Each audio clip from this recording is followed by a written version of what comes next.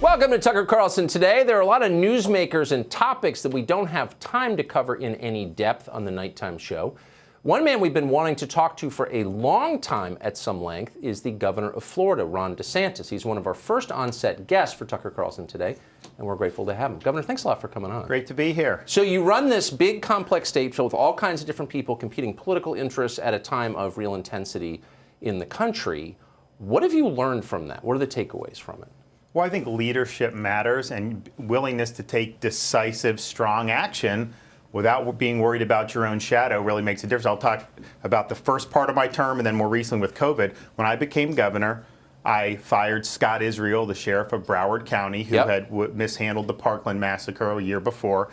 I fired Susan Booker, the Palm Beach County supervisor of elections, who had botched a number of elections, and then also got Brenda Snipes from Broward County to resign. So those were very quick, decisive actions, and the results were, well, at least with the elections, we had one of the smoothest elections in the country in 2020. People at the time, it was considered controversial, but it was the right thing to do. Fast forward to COVID. You know, I had to make a lot of decisions that cut against the grain of conventional elite opinion, certainly the media. We took incoming every single day, but you make the decisions, you know why you're doing it, you stand your ground. And now we're in a situation where March of 2021, states wish they could have had Florida's performance. I mean, our unemployment rate is 4.8%. States like California are 9%. Our COVID mortality is less than the national average, even though we have the oldest population in the country. And we've had schools open, one of only 3 or 4 states in the country where 100% of our parents have access to in-person education. And so we got the big things right. In the moment, there was a lot of people that were throwing stones at us, but take the action, stand your ground, and hold the line. So you went to Harvard, you went to Yale, you were a naval officer, you served in Congress for 6 years. You've certainly been around a lot of elite institutions. You ignored them as they criticized you. Of course, yes. Why? First of all, when I first went to Yale, I grew up in Florida. Yeah. I was a blue-collar kid. I showed up my first day in jean shorts and a T-shirt, because that's what we wore on the west coast of Florida. Was a major culture shock. That was not something that was received very warmly, and I never quite fit in there, and it was a total culture shock to me, and I really rebelled against the leftist orthodoxy that I saw on that campus, and then when I see those in other institutions, and so I've always had a really strong distrust of some of the elites in American society, because I think they've gotten a lot of things wrong over the years. And so that was actually natural. I don't seek the approval of elites. I got elected by people here in Florida. Those are the folks that I was elected to serve. And I don't really care what people in the Beltway or in New York City think about what we're doing in Florida. It's just interesting, though, because people who, you see it a lot, people come from some little town out in the provinces, and they show up at a place like Yale or Harvard Law School, or they become a naval officer, which I think is maybe not that different. It is an elite institution. And they decide, this is the world I really love. These are the values that I believe. It sounds like you came away from your experiences more contemptuous. And appreciate where I came from, quite frankly. I mean, I remember going to Yale, sitting in class. I had never heard anybody criticize America. Like everything was about how bad America was in any of these classes. I never heard anybody, I go to church, I never heard anyone criticize God or Christian. And it was all, so Yale's motto is for God, for country, for Yale. They hated God, they hated the country, and they obviously had a weird way about going their institution. So seeing that was really eye-opening. And I realized very early on, this is not quite where I personally fit in. What were the people impressive? It's interesting because very hard to get into those schools. But here's what I would say. There are people that were smart for sure, but if you think you're smarter than you are, you got some problems. Even if you are really smart, and I think what I saw was people who were smart but tended to think they were a lot smarter and knew a lot more than they really did. And I think that there's a lot of danger in that. So I kind of learned early on, you got to have a little bit of humility. I mean, you want to be confident in what you believe and what you think, but there's always more information out there, and be careful of getting over your skis. And I think that has served me well. Do you have any friends from school still? Oh, yeah, for sure. Why'd you go into politics? Well, it's interesting. I got into politics largely because of what Barack Obama was doing. So I got elected to Congress in 2012. I had written a book, and I didn't think it was going to lead to a congressional run. The book was read by about a dozen people, but it was nevertheless a book. But they were avid fans. Yeah, they were. And so criticizing Obama, his ideology, how that was really taking us in a direction I think the founders would not have intended. And it's interesting now, though, looking back on what I was criticizing Obama, he was a piker compared to what this woke left is doing now. I mean, back then, I always believed some of the stuff we see at our universities on campus, okay, once you get into the real world, none of that's going to fly. And I think that was probably true even a decade ago. Now, all that nonsense on the universities, that's running key institutions in our country, corporations, media, all these other things. And so I look back at my criticism of that, and in some ways it's kind of quaint because I think a lot of the threats that we face are much, much more significant to people who think like you and me than they were 10 or 15 years ago. But we set up a system, it seems to me, where you take the smartest kids in the country, you identify them with standardized testing, and you funnel them into a small number of institutions, and you train them in effect for leadership. It's like what Sandhurst used to, do for the British Empire. Harvard, Yale, Princeton, like those are our leaders. And so if they're being taught things that are destructive, why wouldn't the rest of our institutions become destructive? No, I think there's some truth to that. Although I could tell you, I think their role as really focusing on actual leadership has been probably that train left the station a long time ago. What do you mean? Well, I mean just in terms of if you go back to like World War II, I mean people from Harvard and Yale, they were serving in the war as officers. I mean they were leading parts of that. Now the people that are coming out, when I was at Harvard, I was the only person in my class to be commissioned in the military, out of 550 people. I think if we were 50 years earlier at a time of war, it would have been a little bit different. So you're not really producing people who are leaders, I think, in the sense of the founding fathers would have viewed it. You're really, I think, they're training people to have certain ideology and to carry a certain ideology into these institutions. And I think that that's something the chickens are coming home to roost on a lot of this right now in a way that I don't think I would have said 10 or 15 years ago. What does your classmates want out of it? So you go to school with all these high achievers, for 7 years, and what did they wind up doing? Like, what do they want out of life, do you think? It's interesting. I think a lot of them ended up just going into kind of some of the standard finance institutions, obviously with law, some of the elite law firms. I mean, I still think that's the dominant strand of folks who do that. You have others. I mean, I have friends who've served in politics. I have some friends who ended up going into the military. I have friends who've done well in law. I have some friends who've been entrepreneurs. So there's been a variety of stuff. But I think kind of the dominant cohort goes from those institutions to just a handful of cities, usually New York or San Francisco, Los Angeles, maybe Boston, and serve in a lot of the similar functions. So the institutions they've gone into now reflect the politics of those campuses. I think so. The poison that is brewing on these campuses has infected the entire country, and we're all living with the results of that. What should we do about that? It's interesting. I mean, I did a proposal yesterday in Florida about civics education to try to get this really front and center, to understand what America was founded on and understand how those principles have animated our history. But I said, we are not allowing critical race theory to be a part of this.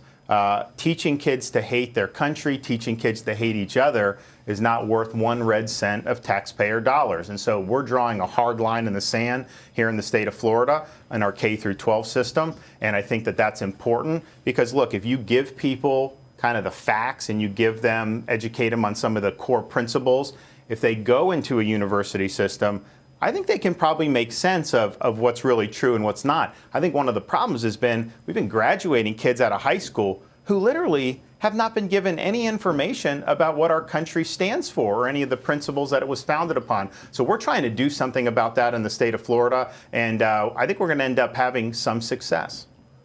So if you allow schools to teach kids openly racist ideas, like one race is better than another, which I thought we rejected, it shouldn't surprise you that the country falls apart. So, who would push back against your ban on that? Well, I think some of the people, obviously, who are invested in that kind of thinking. And so you see some of it in Florida, you see some of it nationally where people are criticizing. What they'll try to say is, this is, remember in the presidential debate when Trump had taken a hard line against this, and it was categorized by the moderator as sensitivity training.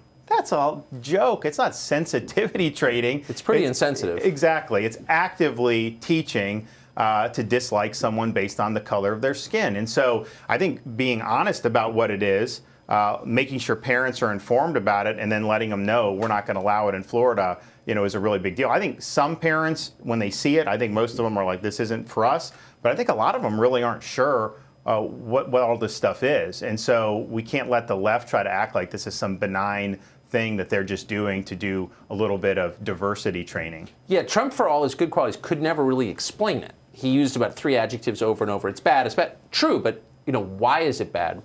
I think parents who confront it, of all ethnic backgrounds and of all political ideologies, kind of know this is really poison. And let's just be honest about who is pushing this. These are white, progressive leftists that are pushing this. That's 100% of where this is coming from. This is not popular in most other communities in the United States, including in the African American community. Right. And so we just got to be honest about that. And I don't want our kids to be educated based on the whims of these upper class credentialed left-wing progressives. So you see them as the wellspring of this stuff? Yes. So you don't have huge populations of those kind of people in Florida. There are some, but not a ton. Do you think that's part of the reason you didn't have the rioting that a lot of other places had? It may have been, but I think we took a hard line on it. I called up the National Guard immediately. I said, we are not going to be having any of the rioting. We had National Guard. I had highway patrol teams ready to go. If they tried to take over a road, we went in there and made sure the road was operational. So we took it very seriously in a way that I think some of these other states just did not. And quite frankly, we had some local officials who did a good job. I mean, Carlos Jimenez is now a congressman. Yeah. He was the mayor of Miami-Dade County. I remember calling him. I said, Carlos, we can't let this happen here. He's like, don't worry. He's like, I remember when they had the riots in the 80s here. We're not going to do it. He was right there. So we were all working together to say, we're not going to allow this to happen here. So I think there may have been, maybe Florida's not quite as suited for it. There may be some truth. But I think it's how serious we were about it really did make an important difference. How important do you think that is, the fact that there wasn't widespread rioting in the state, to people's decision to move here? You've seen a lot of people move here. It's definitely been a factor, for sure. And I also think the fact that Florida wasn't locked down like these other states, I think the lockdowns, provided an impetus to be able, because people need an outlet to do things. And so I think some of these states like Minnesota, California, I think the fact that they were locked down and had the opportunity to go out and do stuff, I think that added fuel to the fire of what was going on. So I think the fact that we took a hard line on that, people understood Florida as a law and order state, but also that we were open, I think has been a huge factor in people moving to Florida. So obviously you've had a lot of successes, you're a very famous governor. What didn't go according to plan? How did you screw up in retrospect? Well, I think early on, I was just hungry for data. And so I was looking at South Korea, Italy, and I'm trying to make sense of this virus. It seemed to me that this was something that was risky for elderly people. Yeah. Didn't seem like there was much risk in people, not just kids, but even people who were in reasonably good health, who were, say, under 50. But I didn't really have the proof of that in Florida. So when they did the 15 days to slow the spread and some of that stuff, we followed that. Whereas I think if I had more data, I would have had the ability to say, wait a minute, why would we need to, close a gym for 2 weeks? I mean, these are younger people going to work out. If you're healthy, you're going to end up dealing with the virus better. And so I think that it took me a few weeks, March and into April, to get enough data to say, okay, we're not doing Fauciism. We're going to make sure our state's open. We're going to get the kids back into school, and we'll just focus our protection on elderly people who are the ones that are at risk for this. So you've taken all this crap for not locking down. You're saying, in retrospect, you wish you'd locked down less? Even some of the restrictions we did, I think, were ineffective. And this was what was being recommended at the time by the White House task force. Well, they recommended doing restaurants at takeout. They recommended suspending the gyms. And I don't think that those worked. And so once I figured that out, and one of the big ones that doesn't get talked about, suspending elective procedures at hospitals, because they said first that there was going to be hospital overflow. And I said, I'm not sure about that. They said, we're running out of PPE. They have elective procedures. You're going to run out of all this stuff. So I'm like, all right. So we actually, I think every state in the country suspended these elective procedures at hospitals. And we did it for about 4 weeks. And I'm like, the hospitals are half empty. We got to get this back. So we turned it on. So basically, anytime I did something based on, I think, an elite recommendation, if the data didn't follow that, I made sure I reversed course. What do you think this is about? What these lockdowns? You got to think that some of them are driven by genuine anxiety about the virus and the effect it can have.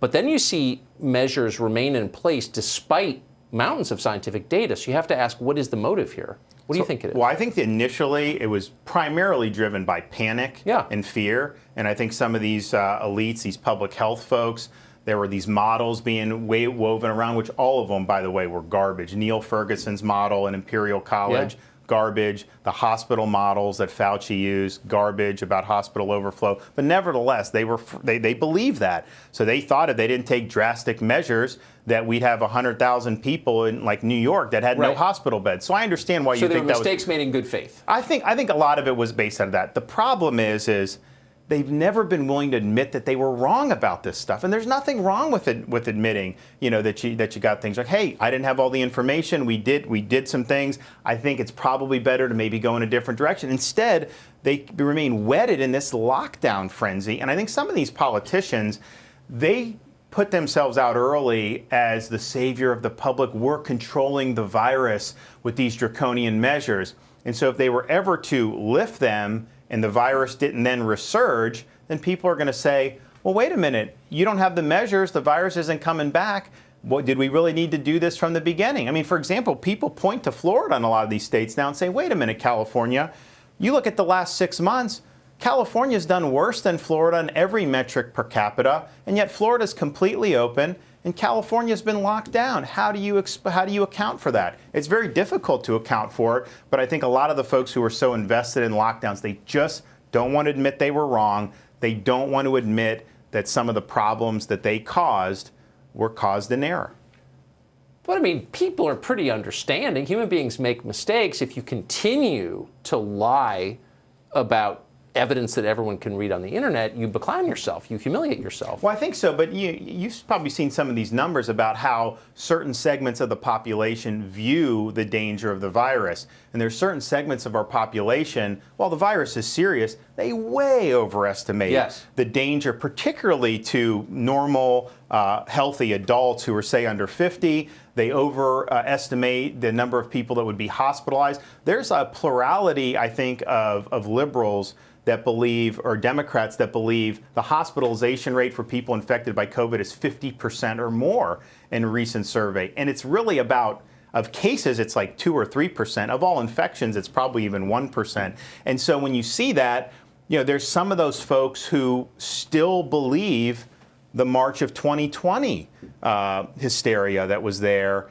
and they just haven't looked at that. And I think that's a function of what type of media you consume, some of the people that you talk to. But it's interesting because I think in Florida, see, one of the things what I didn't like about seeing these other places locked down is, yes, we focus on Newsom locks down this restaurant. That's bad for the restaurant, bad for the workers. Sure. But I think the average person, if they see stuff closed, I think that affects just the average person. It casts a pall over society when you see some of these things. And when things are open, I think people just feel better. They feel actually safer because they see other people going around and living their lives. And I mean, in Florida, people take reasonable precautions. But we give them the information and let them make the decisions for themselves. We're not beating them over the head every day with fines and penalties.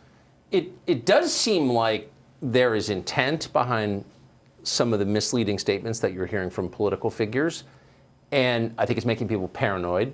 But I'm interested to know whether you think they're justified in being paranoid. I mean, if you crack down on the population the way that we're watching now, crack down on speech, try to disarm the population, scream at people, and then keep them indoors and off balance with COVID regulations that aren't justified by science, like, what are you doing exactly? Like, how much of this is designed to increase the political power of the people doing it, do you believe? Well, I would say that when you're clearly advocating things which have not been justified on the basis of evidence, I think people are right to ask why. I mean, why be wedded to some of these things when what you said 6 or 9 months ago clearly has not come to pass? I mean, you said, for example, if a state like Florida was open, it'd be this unmitigated disaster. You've said if everyone wore masks 9 months ago, the pandemic would end in 6 or 8 weeks. and yet none of that stuff has ever happened. So why aren't you reevaluating it? And to me, if they're not willing to reevaluate it and admit they were wrong, that to me is that this is more about ideology.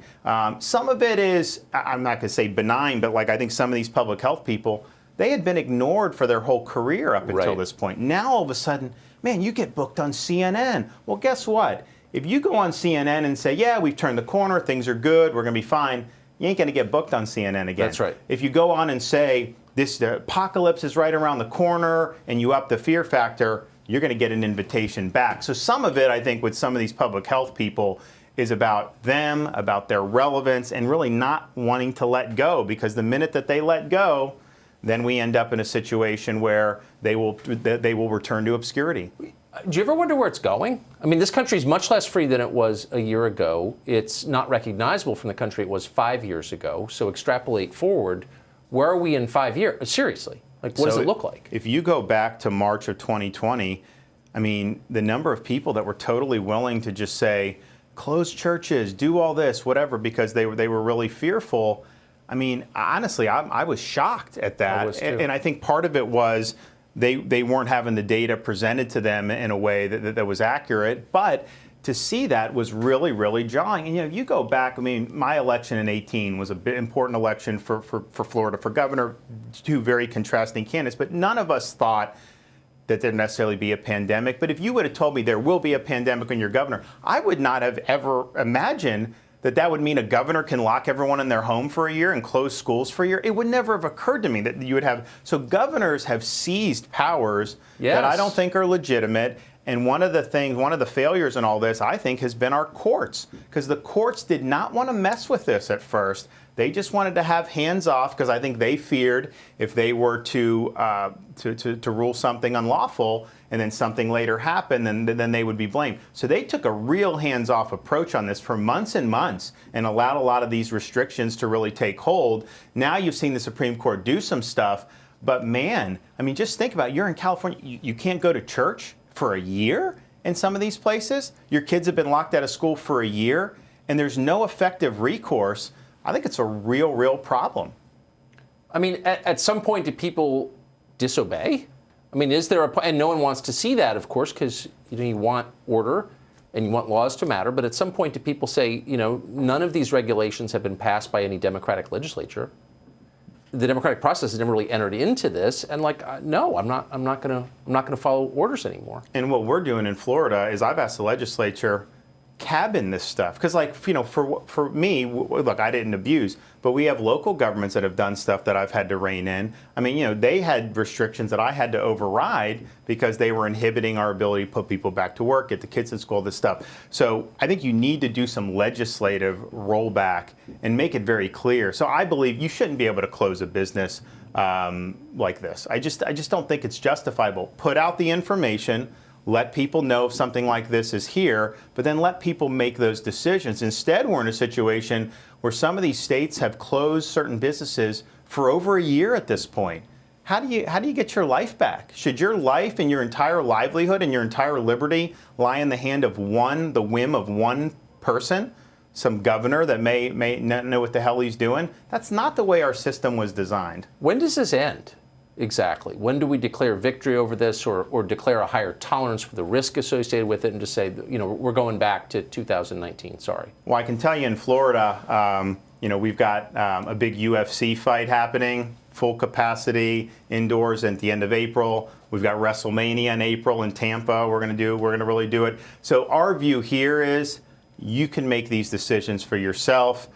We think that you should be able to do. I was walking down the street the other day. Someone came up to me, Governor, thank you for bringing live music back. We're one of the few states where you have live music now. So I think it's not going to be an even kind of return to normal. And in fact, if you talk to people that visit Florida from lockdown states, they will say it's almost like being in another country. Yes. If you go from Florida to Massachusetts. There are people, because people still got to do business and stuff. There are people who will want to do a business deal. They're both in Illinois.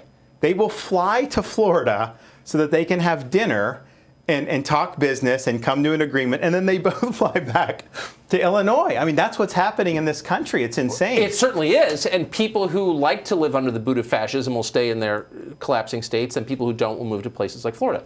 But over time, how does a country like that hang together? You said it's almost like a separate country. I think that's exactly right. I mean, is that a workable model for a union, say, 50 years from now? I honestly thought after the election that Biden and the Dems would want to move forward to get. I mean, I honestly did, because okay, you used it against Trump, you demagogued it, okay, you got in there, so let's get the country moving again. And man, there's resistance to doing that. I mean, these schools, they're not going back in some of these places for this school year for sure. So then you're looking at the fall, but even they're saying with the fall, well, all the kids need to be vaccinated, even though the kids have been proven not to be at risk or be spreaders in any significant way.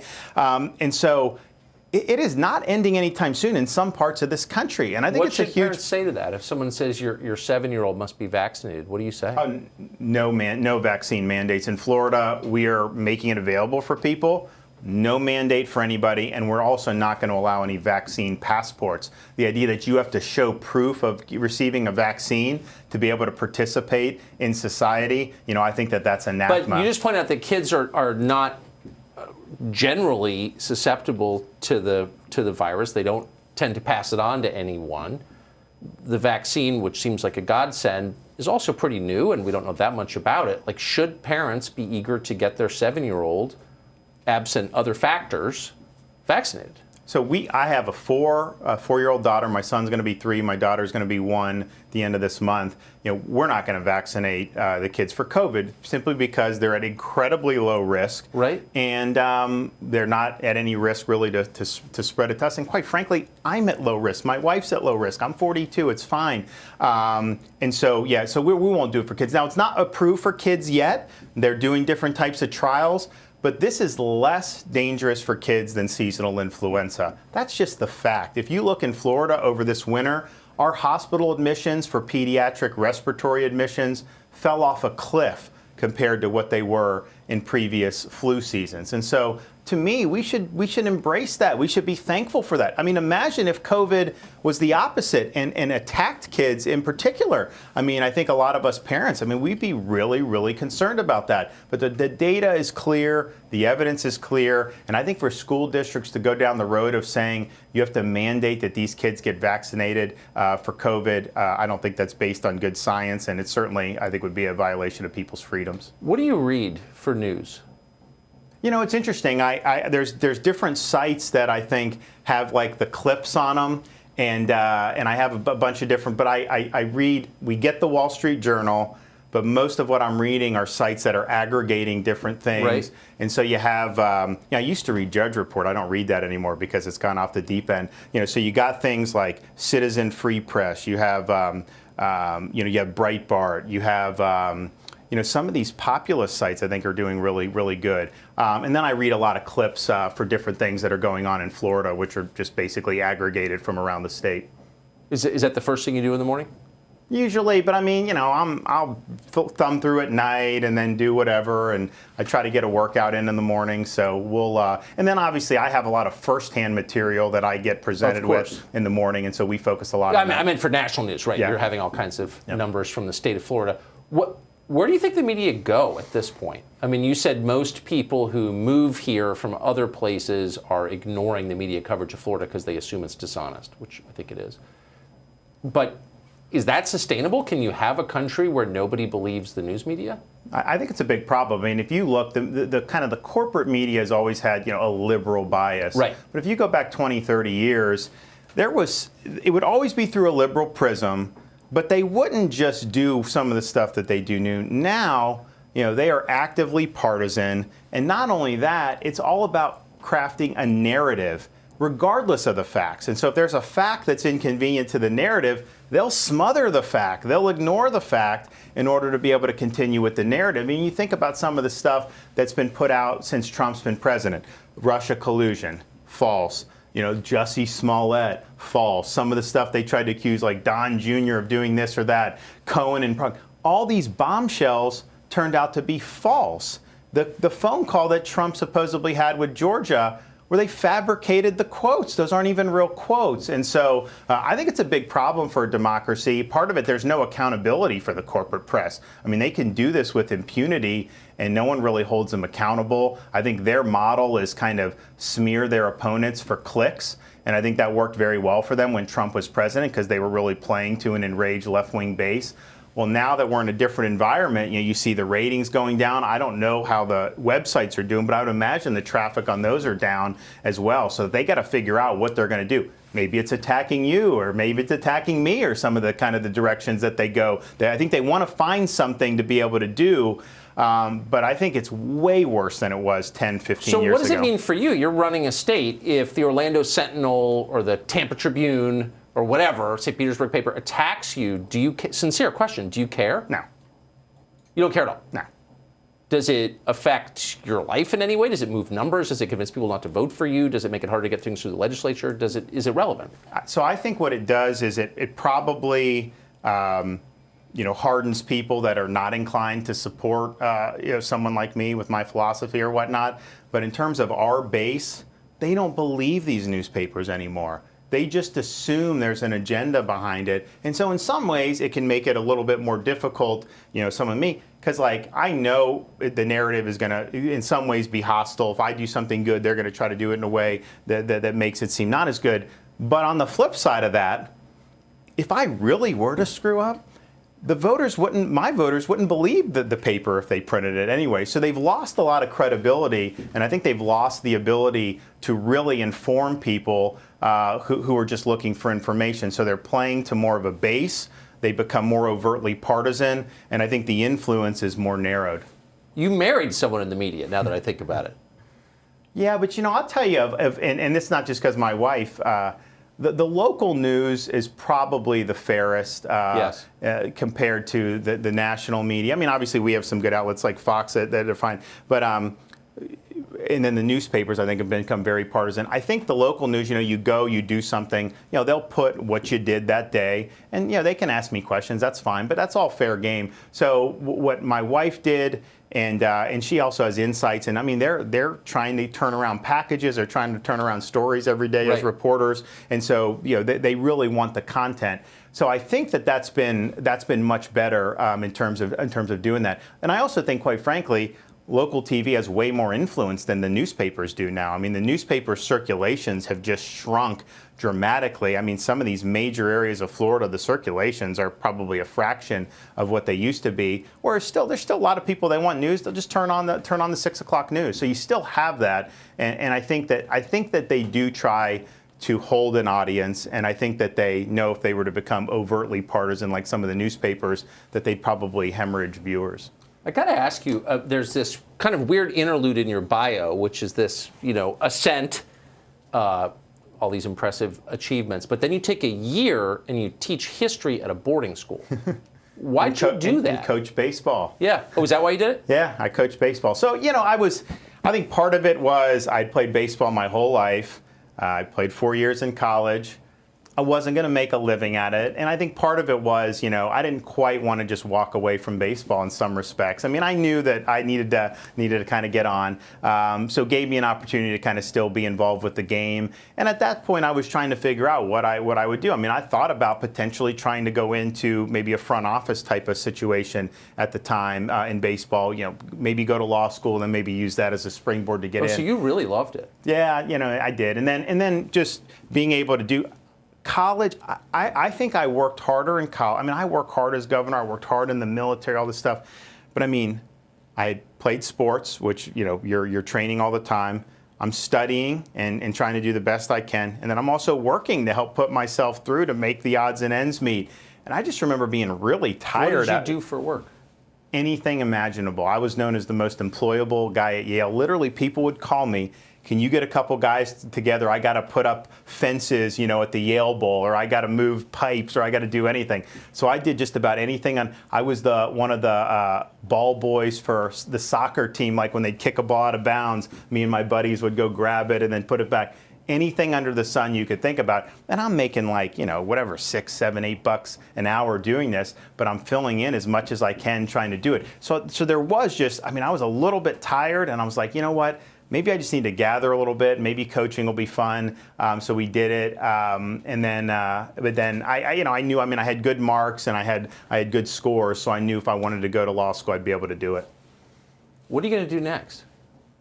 Well, we got a lot of. We're in the midst of our legislative session right now. We're going to have a lot to do. I mean, we have big tech. We're the only state really going after big tech. We're also doing some anti-Communist Party of China for some of the foreign influence, like these Confucius Institutes and things like that. Our budget's very healthy because our economy's doing good. So we've got a lot of victories we need to get there. And then we'll have the legislative session in January. And then I'm up again for the re-election in 2022. So we'll be focusing on that. And I think we're going to do really well. If you somehow got appointed president this afternoon, what would your priorities be if you were running the country rather than just a state? Well, I would secure the border, first of all. I mean, I think when you're in these positions, things happen on your watch. I mean, it's not like you control everything, but this is created because of what Biden did. Yes. And so you got to fix that. Trump had it right, so you got to do that. I would also do more. I mean, we banned sanctuary cities in Florida when I became governor. We did E-Verify for the first time ever, fought the business lobby to do that. I would fight for those policies on the federal level as well, because we've got to get this immigration situation under control. It's not good for the country to have this going on all the time. I also understand, looking at what President Trump had to deal with, this bureaucracy of ours. There's a lot of problems in that, and I think you need to be able to bring accountability to people in the bureaucracy. I mean, if Donald Trump's elected president, he tries to do policy, and the bureaucracy tells him to go fly a kite, that's not representative government. And I think we've allowed this to fester for years and years, and I think it's at the point now where even if a Republican wins the election, the other party still maintains control of the apparatus of the executive branch. And that can't be the way this goes. You go in, you have the ability to implement the agenda. How could a Republican ever win a national election again with the changes they're putting in place? Well, I don't think those changes are going to pass muster. I mean, in Florida, we would not abide by this H.R. 1. I think it's unconstitutional. We've proven we can run elections well. So we're going to continue doing what we're doing. What do you mean you wouldn't abide by it? I think it's unconstitutional. I mean, I don't think you can't come in and order me to conduct state elections in ways. Now, they're going to say, well, the federal elections you can do or whatever, but it would immediately be challenged in court. But I think our position would be it's flatly unconstitutional. So the Democratic leadership of the Congress just moved thousands of armed federal troops into the Capitol as a statement that we're in charge now. So, I mean, does that concern you that the ruling party would use the military to shore up its political power? What does that portend for the future? It's interesting. We at the very beginning of this, we had a request, which we typically get it from time to time, and we almost always fulfill these requests. Hey, we need troops for this, for this. So we sent people. And then after a couple days, we saw what this was all about, this half-cocked mission. They're sleeping on the floor. So I pulled them out. So my guys were there for a few days.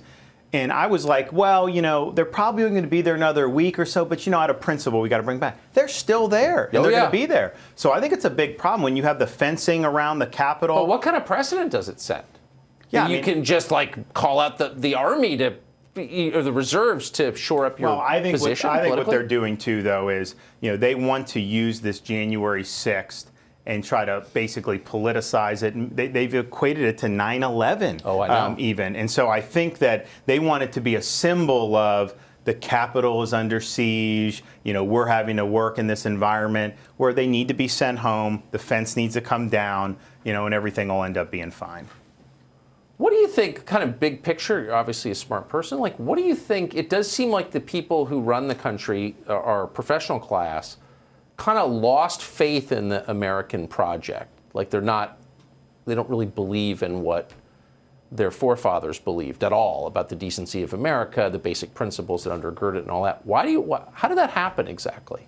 Well, I think part of it is some of the stuff we talked about earlier about the education system and some of the people coming. But I also think that you have people in charge now. I mean, you look what they're doing. They're going to maybe overturn this Iowa election. You have a Republican that won, very narrow margin. She's seated, and they may overturn it. H.R. 1 is really just trying to guarantee that Democrats always run the country. So at some point along the line, I think with the left-wing elite, they thought that a Republican getting elected is just frankly illegitimate, and that they have a right to rule. And so I do think they reject the founding principles as well. But I think it's an entitlement that they think they're the ruling class. And how dare someone challenge them, particularly someone like a Donald Trump, which caused them to light their hair on fire. So it's a different mindset than maybe the mindset of the people that came in with like Jack Kennedy in like 1961, for example. I would say very different. It's been interesting to watch you as governor, because one of the things that you talk about, you rarely hear Republicans talk about, and that's the state of the natural environment, water quality, for example. Yep. Why do you talk about that, and do you see that as part of conservatism moving forward? I think so. I mean, so what I had to do, I'm in a situation where I have the best boating, fishing in the world, but that's threatened if you have problems with your water resources and your water infrastructure.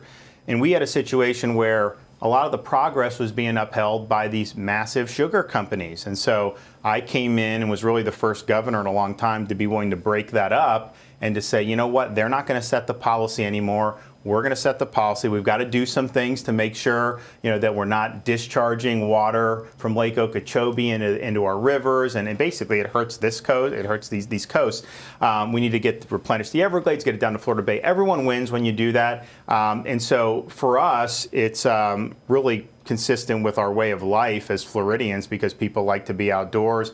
It's really important for our economy. It's important for property value. So it touches a lot of different things. It's not like, oh, we can never do something in some place that no one ever goes to or anything like that. No, the Floridians enjoy this environment, and I think we have a responsibility to God to leave it better than we found it. But I mean, Republicans are for big sugar companies and big every kind of company.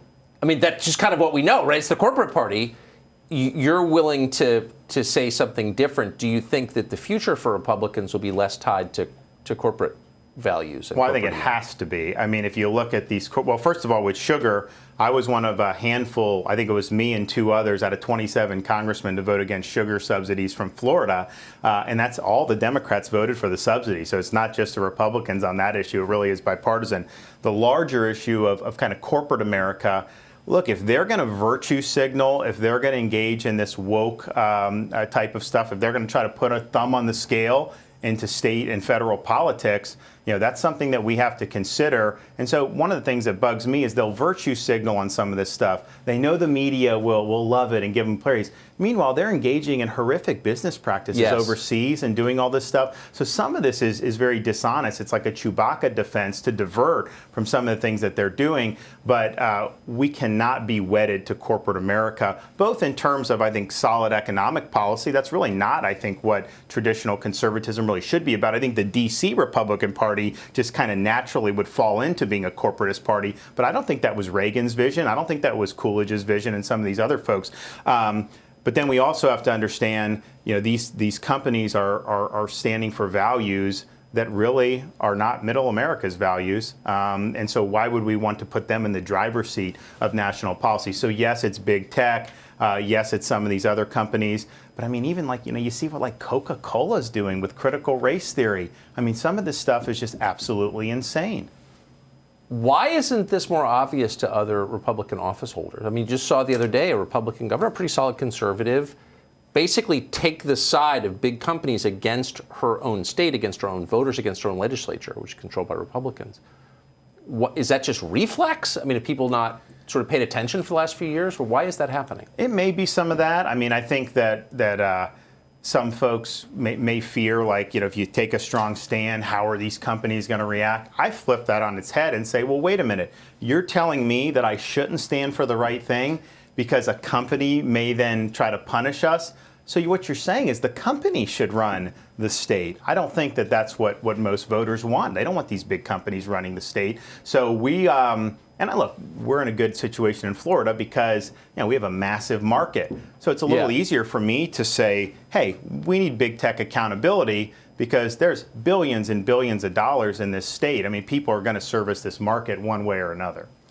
Do you worry about a state like Texas, which has just been filled with refugees from California, upscale refugees, bringing a lot of money, but also bringing their values. Like, what does that mean for the future of Texas, and how do you think about that as you think about the future of Florida? Well, I think if you look in Texas with Austin, they bring these tech companies, some of these other companies, and I think the executives understand why they're moving to Texas, but I think a lot of the employees, they do the same ideology they had in California. So a place like Austin, I mean, it's kind of like a mini San Francisco with the homelessness and some of these problems. So they are repeating the policies and reproducing those policies in a different state. And I think that definitely has made Texas more competitive. I think Florida's been a little bit different. I mean, in a couple respects, some of the industries that we're doing really well on are a little bit different than those California-based companies. I mean, we're doing really well on space and aviation.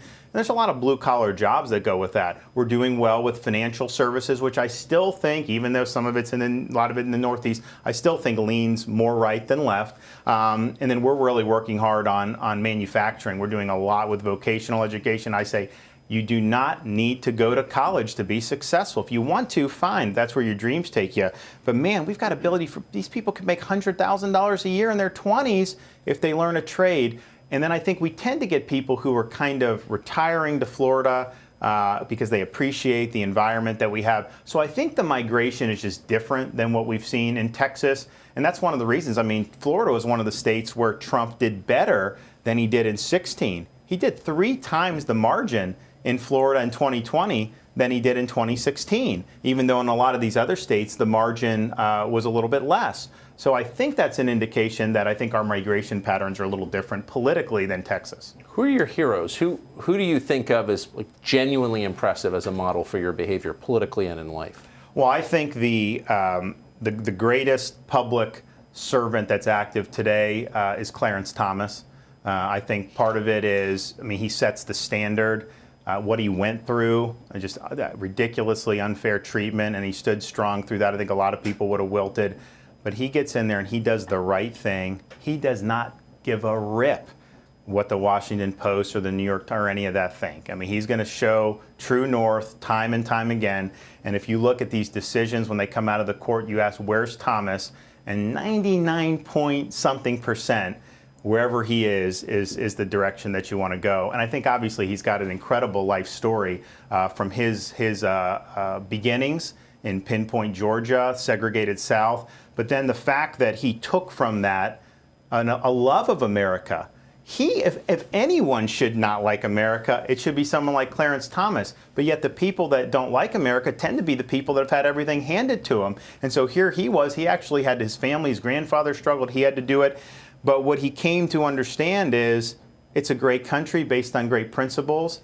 And we've done a lot of things to make life better for people. And when there's injustices, you can correct them. So I think he's a model. Look, if he had the ideology of the ruling class, he'd probably be on the $10 bill right now for his life story. But he's gone another way. He knew that wouldn't lead to some of the accolades in elite society. But I think he's doing it because he believes in the Constitution. Who do you listen to? I mean, you got to make all these decisions. Who do you consult? Whose opinion do you take seriously in your life? So, I mean, my best friend's my wife. Yes, famously. She's a great spouse, a great mother, but I think she's just got a great, I would say like a BS detector. I mean, like she really can kind of see through some of the stuff that happens. And so if she were to say something that's like, oh man, I'm not sure about this person or that, I'm going to think twice then about that. And so she's been wonderful. I mean, she's worked her tail off. When I first ran for Congress, I started with no name ID and no money. I was in a 7-way primary. We both knocked on thousands of doors. To this day, people will come up to me and say sometimes, hey, you knocked on my door. But usually it's your wife knocked on my door, and that's why I voted for you back then. And so she's been incredible. I have friends over the years that I've known for 20, 25 years who, and my view on that is, when you get to be in a position like governor, people's motivations for wanting to deal with you, you don't necessarily know. But if I knew someone 20, 25 years ago and we've been friends this whole time, I'm pretty confident, that they're folks that are going to give it to me straight and that really have my best interests at heart. So I do have a number of those folks. And then I've got some good folks that I work with in the governor's office, people that are really smart, really hardworking, and have really helped us, get to where we are in terms of the achievements that the administration's been able to accumulate. Last question. I'm just interested, since you obviously pay attention to what's going on nationally. So, Democrats win in this last November, 2020, and rather than kind of taking a victory lap or celebrating their total domination of the country, they got madder. And it was almost like, you win a tennis match and then you leap across the net and, beat your opponent to death with your racket. What was that impulse? Why did they get angrier when they won? I think they have a fraction of their base that is just perpetually angry. I think they're very online. I think they're very caustic and nasty. And I think unless they make us a complete socialist country, these people are never going to be happy. And I think that even though Biden's been the most left-wing president of our lifetimes, I would say, ever. I think, even more than LBJ, because, LBJ wasn't as left-wing on the culture as Biden is, and Biden's an aggressive left-wing culture warrior. But I think anything short of complete domination of conservatism, making sure people that have conservative views are shut out from anything short of that, they're just not going to be happy. But I think the problem with the Democrat Party, and the reason why, they have 50 senators, a bare House majority. This is not a landslide election for them when everyone was predicting that. I think they're captive to that part of their base, and I think that's ultimately going to be their undoing in 2022, and then I think probably in 2024. So I know people were upset about the election, and it feels like we're under siege from all the stuff coming out of Washington and the media, and I get it. But I do think there's going to be a reaction to this, Tucker. There's just too many people in our country that are good people, decent people, that love what America stands for. And I think you see it in these special elections already. Republicans are turning out. And I'm not suggesting everything's about the elections, because there's way more in our society we need to be dealing with that has nothing to do with elections. But I do think 2022 has an opportunity for us, to be a big statement and to show that you've gone too far. I know you're not a shrink, but what's your explanation for that personality type? Like, people win, they get madder, they're not happy until they dominate everything, until their opponents have been silenced. Do you have those feelings within yourself ever? No. I don't either. Where do those come from? What is that? I do think it's a totalitarian impulse. I think it's an impulse that you probably go back with some of the stuff with communism and some of these things. There's a philosophy and ideology about that, but then there's just an impulse to dominate other people. And I think that that's just something that's been prevalent in society. And I think that, you look at what someone like me, I'm trying to do. I want you to live your life. I have no interest in locking you down and doing that stuff. I want you to be able to do stuff. But there's, on the flip side of that, there's other people that just feel very differently about it. And just think about like the impulse.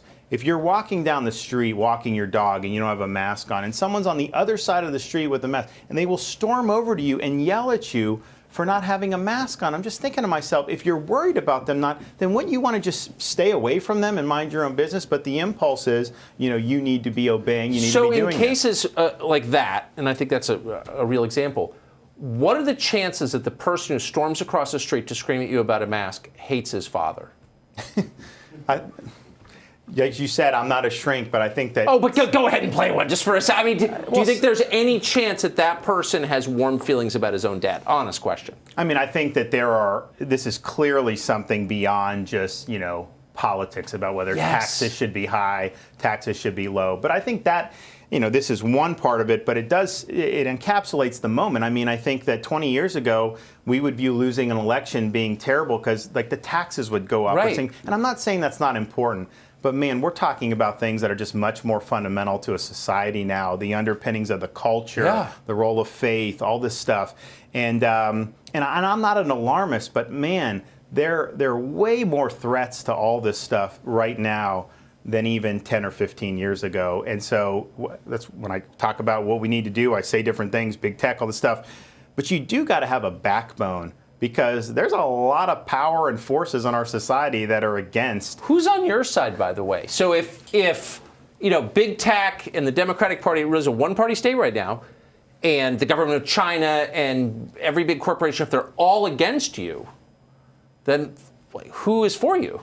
Oh, man, the cook at the restaurant, the small business owner, the mom who was struggling with their kids not being able to be in school as their kids in school, a lot of folks who've retired to Florida, lived a good life, and really believe in America.